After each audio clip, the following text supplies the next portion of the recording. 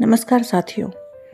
आज हम बात करने वाले हैं एक ऐसे नाम की जिसे दुनिया ड्रीम गर्ल के नाम से जानती है, लेकिन जो अपनी ज़िंदगी में सिर्फ खूबसूरत चेहरा नहीं बल्कि एक मजबूत इच्छा शक्ति, डिसिप्लिन और ग्रेस का दूसरा नाम है। ये कहानी है हेमा मालिनी की, एक लड़की जो साउथ इंडिया के एक छोटे से घर से निकली और पूरी दुनिया की आंखों का नूर बन गई।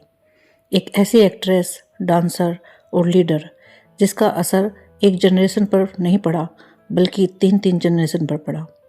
16 अक्टूबर 1948 तमिलनाडु के अमनकुंडू गांव में एक बेटी पैदा होती है। नाम हेमा मालिनी।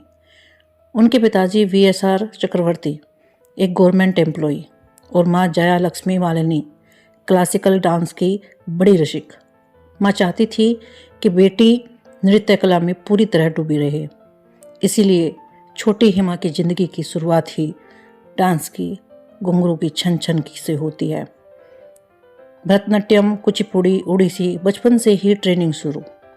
दुनिया के लिए वो एक डे ड्रीमर थी, पर घर के लिए वो एक छोटी सी परी जो स्टेज पर खड़ी हो तो लगता था जैसे दीपक की लो हिल रही हो, नाजुक, खूबसूरत मगर ताकत से भरी।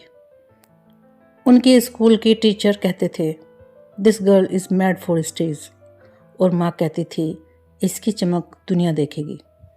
हेमा की ब्यूटी और डांस का नाम साउथ इंडस्ट्री तक पहुँच गया। सिर्फ 15 साल की उम्र में उन्हें एक तमिल फिल्म ऑफर हुई, लेकिन हेमा की माँ चाहती थी कि उनकी बेटी बड़ी फिल्मों में आए। उन्होंने हेमा को डिनाई कर दिया क्योंकि हेमा अभी बहुत छोटी थी। फिर 1968 में एक बड़ा मौका आया। बॉलीवुड के लेजेंडरी एक्टर राज कपूर की नज़र हेमा पर पड़ गई और उन्होंने फिल्म बनाई सपनों का सौदागर। इस फिल्म में हेमा को इंट्रोड्यूस किया गया एज ए ड्रीम गर्ल। यह वो टाइटल था जो उनके साथ पूरी जिंदगी जुड़ गया। फिल्म भले ही सुपरहिट ना हुई हो, पर हेमा मालिनी का चेहरा लोगों की याद में बस गया। उनकी शांति, उनकी अदा, उनकी आंखों की चमक, सब कुछ एक अलग ही स्तर का था। 1970 से 1985 ये दौर था जब बॉलीवुड में एक्ट्रेस आती जाती रही, पर एक एक्ट्रेस थी जो हीरो से ज़्यादा हीरो लगती थी, जिनका नाम पोस्टर पर लिखा हो तो लोग टिकट लेने आ जाते थे। हेमा मालिनी। शोले, सीता और गीता, ड्रीम गर्ल, जुगनू, दोस्त, अंदाज, त्रिशूल, नसीब, लिस्ट इतनी लंबी है कि एक पूरा एपिसोड लग जाए। लेकिन स्टारडम आसान नहीं था। हेमा एक दिन में 10 से 12 घंटे काम करती थी। दोपहर की धूप, रात की थकान, शूटिंग के सेट्स, ट्रैवलिंग, फिर भी उनके चेहरे पर कभी सिकन नहीं दिखती। उनके प्रोफेशनलिज्म का एक किस्सा मशहूर है। एक बार उनके पैर पर घाव हो गया। डॉक्टर्स ने डांस मना किया, लेकिन शूटिंग का शेड्यूल टाइट था। हेमा ने दर्द से लाचार पैर पर भी डांस किया और परफेक्ट शॉट दिया। इसी डेडिकेशन ने उन्हें बनाया इंडिया की सबसे ग्रेसफुल सुपरस्टार। 1970 फिल्म तुम हसीन मैं जवां की शूटिंग।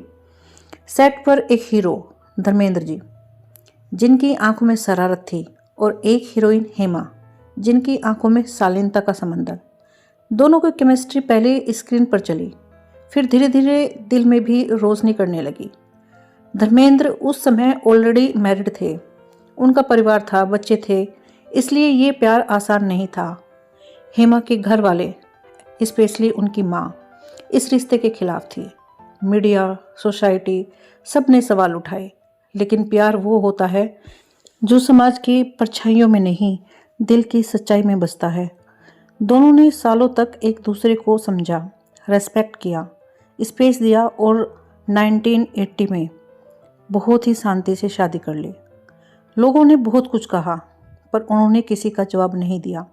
हेमा ने बस एक बात कही थी, मैं जिंदगी में कभी किसी का दिल नहीं दुखाया, और धर्मेंद्र ने उनका पूरी जिंदगी सम्मान रखा। आज दोनों की 2 बेटियां, ईशा और आहाना, एक सुंदर परिवार के साथ रहने का प्रमाण है कि सच्चे रिश्ते समय की परख पर भी खरे उठते हैं। बहुत लोग सिर्फ हेमा को एक्ट्रेस के रूप में जानते हैं, लेकिन उनकी असली पहचान डांस से जुड़ी है। उन्होंने पूरी दुनिया में दर्जन से ज़्यादा डांस बैट्स प्रोड्यूस किया।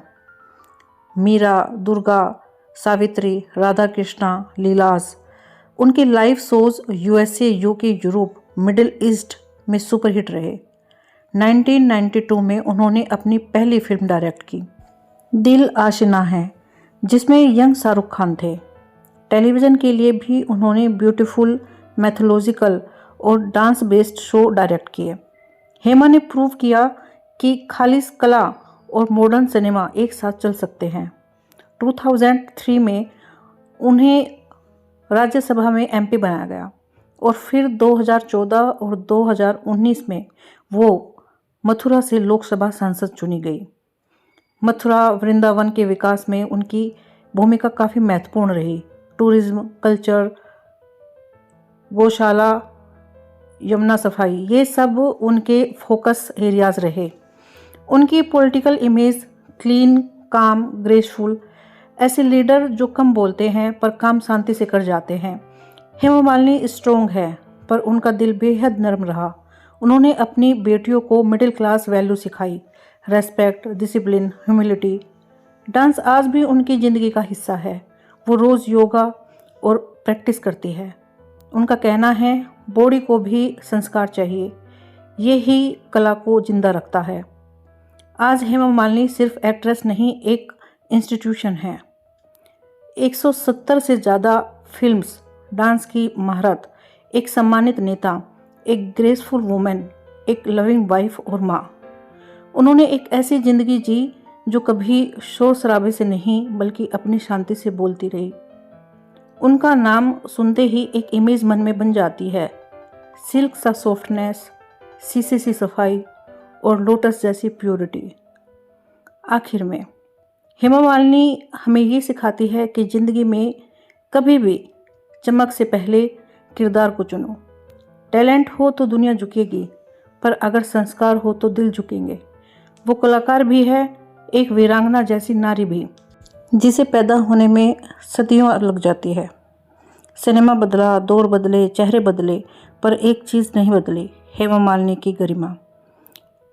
इसीलिए उनका नाम सिर्फ ड्रीम गर्ल नहीं, एटर्नल गर्ल बन चुका है। एक ऐसी औरत जिसे वक्त भी झुककर सलाम करता है।